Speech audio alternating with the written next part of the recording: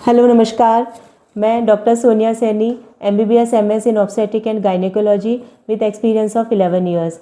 आज हम बात कर रहे हैं डिलीवरी के बाद में काम में लिए जाने वाले गर्भ निरोधक तरीकों के बारे में। गर्भ निरोधक तरीके जिन्हें कि कॉन्ट्रासेप्टिव भी कहा जाता है और साधन भी कहा जाता है। तो ये क्यों ज़रूरी हैं? ताकि आप डिलीवरी के बाद में अनवांटेड प्रेगनेंसी से बची रहें, आप स्ट्रेस में ना रहें कि कहीं पीरियड नहीं आया तो मैं प्रेग्नेंट हूँ कि नहीं हूँ, बार बार आपको चेक करने से बचना पड़े। आप बच्चे पे पूरा ध्यान दे पाएँ और बच्चों के बीच में एक अच्छा अंतराल मेंटेन हो जाए। तो इसीलिए डिलीवरी के बाद में गर्भ निरोधक आपको यूज़ करना ज़रूरी है। कौन कौन से तरीके हो सकते हैं? तो इसके लिए 4-5 तरीके होते हैं। सबसे पहला तरीका नेचुरल तरीका, मतलब अगर आप अपने बच्चे को एक्सक्लूसिव ब्रेस्ट फीड करवा रहे हैं, माने कि बच्चा सिर्फ माँ के दूध पे ही है, ऊपर का कुछ भी नहीं ले रहा है, तो शुरू के 3 महीने आप में ओव्यूलेशन नहीं होगा और उस वजह से प्रेग्नेंट होने की संभावनाएं बहुत ही कम हो जाएंगी। तो उसके अलावा कौन कौन से तरीके हैं? कॉपर टी, जिसे कि IUCD भी कहा जाता है, गोलियाँ जिसमें कि प्रोजेस्टेरोन ओनली पिल और सेंटकोमेन, 2 तरह की गोलियां आप काम में ले सकते हैं, इंजेक्शन और अंत में नसबंदी। तो सबसे पहली बात हम कर रहे हैं IUCD या फिर जिसे कि सामान्य भाषा में कॉपर टी भी कहा जाता है। तो आप इसे कब यूज़ कर सकते हैं? आप इसे डिलीवरी के 48 घंटे से पहले अपने डॉक्टर से बोलकर इसे आप लगवा सकते हैं। आप किसी भी कारणवश अगर 48 घंटे में नहीं लगवा पाए तो आप इसे 6 हफ्ते बाद में फिर लगवा सकते हैं।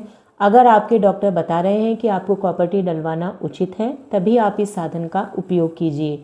और डिलीवरी के 45 दिन बाद में आपको अपने डॉक्टर से संपर्क करके इसका धागा चेक करवाना होगा। किसी भी टाइम अगर आपको ये लगे कि महीना ज़्यादा आने लगा है, बदबू आने लगी है, बुखार आने लगा है, तो आपको तुरंत अपने डॉक्टर से चेक करवाना चाहिए। हो सकता है कि ये कॉपर टी IUCD की वजह से भी हुआ हो। दूसरा तरीका है गोली।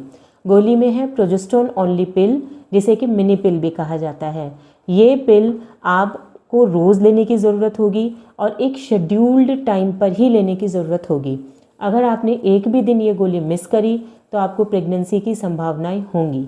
अब औरतों का सवाल होता है कि मैडम गोलियों से तो दूध पे भी इफ़ेक्ट हो जाएगा, बच्चे के स्वास्थ्य पे भी हो जाएगा। ऐसा नहीं है। प्रोजेस्टेरोन ओनली पिल से बच्चे के दूध पर, बच्चे के लिए मिलने वाले दूध पर और बच्चे पे कोई असर नहीं होगा। लेकिन अगर आप डॉक्टर से बिना पूछे ही माला डी या फिर ओवरऑल करके टैबलेट्स ले लेते हैं तो बच्चे पे असर हो सकता है, इन दवाइयों का असर नहीं होगा। दूसरी तरह की गोली है सेंटक्रोमेन टैबलेट, जिसे कि सरकारी वितरण में ये छाया के नाम से भी आती हैं। इनको आपको हफ्ते में 1 बार लेना होगा, तो आपका रोज़ रोज़ लेने वाला झंझट भी ख़त्म हो जाएगा और आप बच्चे पे अच्छे से फोकस कर पाएंगे।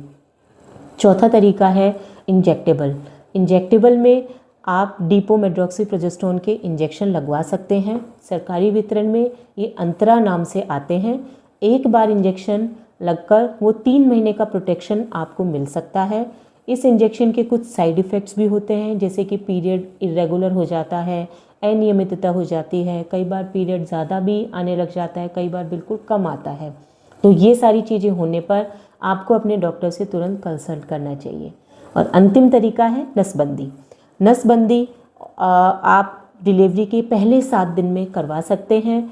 आप भी करवा सकते हैं, आपके हस्बैंड भी करवा सकते हैं। अगर आपकी फैमिली कंप्लीट हो गई है और आपको अगर आगे बच्चे नहीं चाहिए तो नसबंदी सबसे बेस्ट तरीका है। Thank you.